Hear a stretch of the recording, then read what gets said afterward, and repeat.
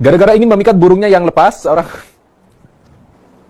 gara-gara ingin memikat burungnya yang bisa nggak ada?